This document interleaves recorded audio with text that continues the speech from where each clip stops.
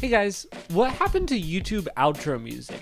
It used to feel like every video that you clicked on there was a cool song that would play on the end with some links to their other videos, but now everyone just kind of ends with a dramatic cut right in the middle of something that they're saying. But why is that? Why have YouTubers pretty much moved away from using outro music at the end of their videos and instead replaced it with retention? Just retention. But that's such a boring answer. I feel like outros still play an important role in YouTube videos that we've just kind of moved past with in this era. And I want to talk about some of those reasons of why I think YouTube outros are so important and some channels that have used their outros to really help elevate their videos to the next level and why they should probably come back. So what's the main reason for people having outros to begin with? Well, there's not a lot of documented research on it about who was the first channel to have an outro, but kind of the main thing that it seems like is YouTube has a feature where you can put links to other videos at the end of your video, and it puts up a little thumbnail that you can click on to just go right to the next one. And you don't really want to have these links covering up the final thoughts or closing points of your video because it can kind of take up and obscure important. Hey, get those out of here. So usually instead of having that happen, YouTubers will add just a black screen to the end of the video with some nice background music or outro music to go along with it. And another way outros might have come about for being on YouTube is it's similar to how TVs have end credit themes. Whenever there's a show, they always have the credits at the end, and there's usually kind of a changed version of the theme song to just have some music at the end. So it kind of relates back to TV as well. And sometimes YouTubers will have a main theme that they'll kind of put into the end as well, or they'll just pick a random one off a royalty-free website. But I think the best ones are the ones that continue the pace of the video. And I think one of the YouTubers who does this best with their outro music is Scott the Woz. Whenever he ends his videos, one of the last lines is always some kind of joke, and it's usually been building throughout the video or a tie back to the setup at the start of the video. And the way that his outro music comes in with this high energy synth song that's a little bit silly perfectly matches the vibe of every one of his videos. And it just fits his channel so perfectly because it feels like such a video game song. Because it is a video game song. And this kind of brings me to my first point of why I think other YouTubers are missing the whole point of outros and outro music. You see, most YouTubers are cutting the outro music because it hurts the viewer retention. Basically, the viewers are leaving if there's an outro that they've already seen before or a song at the end that they already know. They're not going to stick around to watch it every time. Therefore, your graph goes down and then you get a sadder number in YouTube Studio. But if you have a good outro or a good outro song at the end of the video, it can make you want to watch the whole thing. But the most important parts of making any impression are the first ones and the last ones. YouTubers spend so much time trying to work on their thumbnail and title to get you to click on the video, but when it comes to the last part that you see at the end, they forego having a nice conclusive ending with a nice outro and outro song. And in the case for Scott, for example, whenever I'm watching one of his videos, I'm always looking forward to what's going to be the last joke in the video and how the theme song is just going to swell and make it the perfect ending. Heck, if you even look up the Scott the Woz outro on YouTube, you'll just go through the comments and see tons of people making jokes and then pairing it with the music because it works so well for that. No matter how many times I watch a Scott video, the thing I'm always looking forward to the most is that outro coming in. Another channel that I think does really well of carrying the momentum from the end of the video into the outro music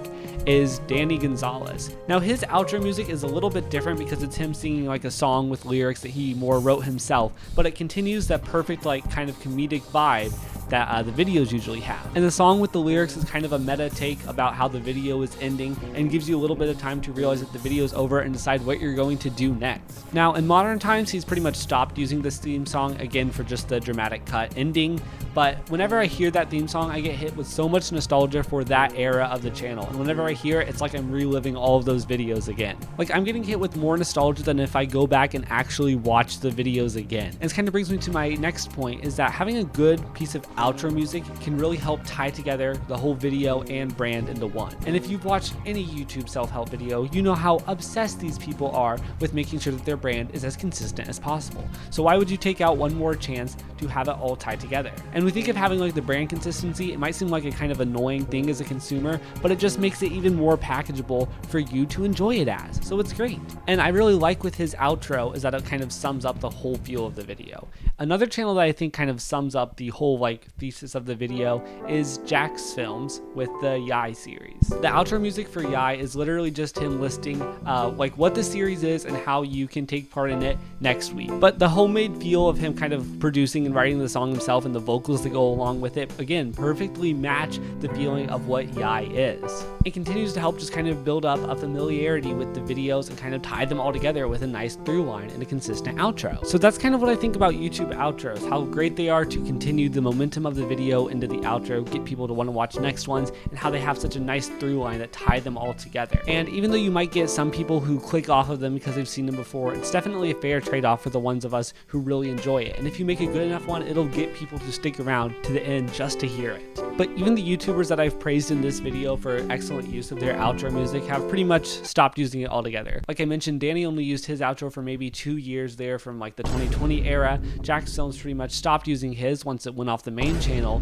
and Scott the Woz still uses his when he uploads a video to his main channel once every 2 years. But not all hope is lost. There are some channels that have remained faithful to using the outro, and I kind of want to mention some of them right now because there are still some good ones out there. One of the first ones that come to mind is Scott Kramer, because at the end of his, he has a little reel where all the Patreons scroll on the end screen. There's a little link to watch another video, but the outro music is different every time, and it creates a fun little Easter egg to see what song he chose to go at the end of the video and how it relates to whatever he picked. Because sometimes he'll pick a song maybe from like the TV show or movie that he was talking about in a video, or maybe he'll pick a song that's a super niche reference to the topic that only like a few people are gonna get, but if you're one of the ones who get it, it'll be super nice. Or sometimes we'll even write own original songs and just kind of throw them in there at the end to see if anyone notices. I don't know if they're using this outro music much in their videos anymore, but Markiplier and PewDiePie both had good outro musics. They were actually some of the first ones I learned to play on piano, and I never even really watched their videos. They were just that good at music. Another YouTuber who is still using outro music in every one of their videos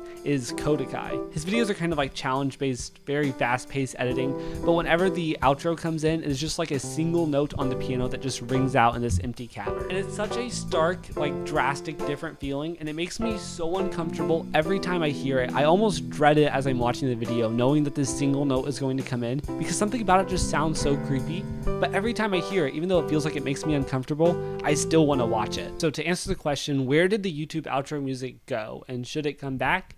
Well, I think it mostly went away because it's no longer the trend to put it in there. Before, it was the thing that all the big YouTubers were doing, so of course all the other YouTubers who were smaller down were going to do it because that's what was working for everyone else. Now it's slowly shifted away from that, and everyone just kind of moved on to what the new trend is of just stopping the video right away. There are still some great channels who have put in effort to keep the outro and outro music alive, and a little bit of a trade-off of having a slightly worse retention graph. And the ones who continue to use it get this nice cohesive theme that can continue the momentum throughout their videos, and they get exposed to their audience to nice new pieces of music, which is so great. And I really hope we get to see it make a comeback soon, not just because it's the popular thing or it's what everyone else is doing again, but because people see the value in actually having it at the end of their video. And you know what?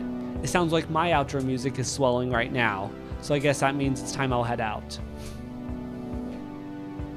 I don't really know what to say at the end.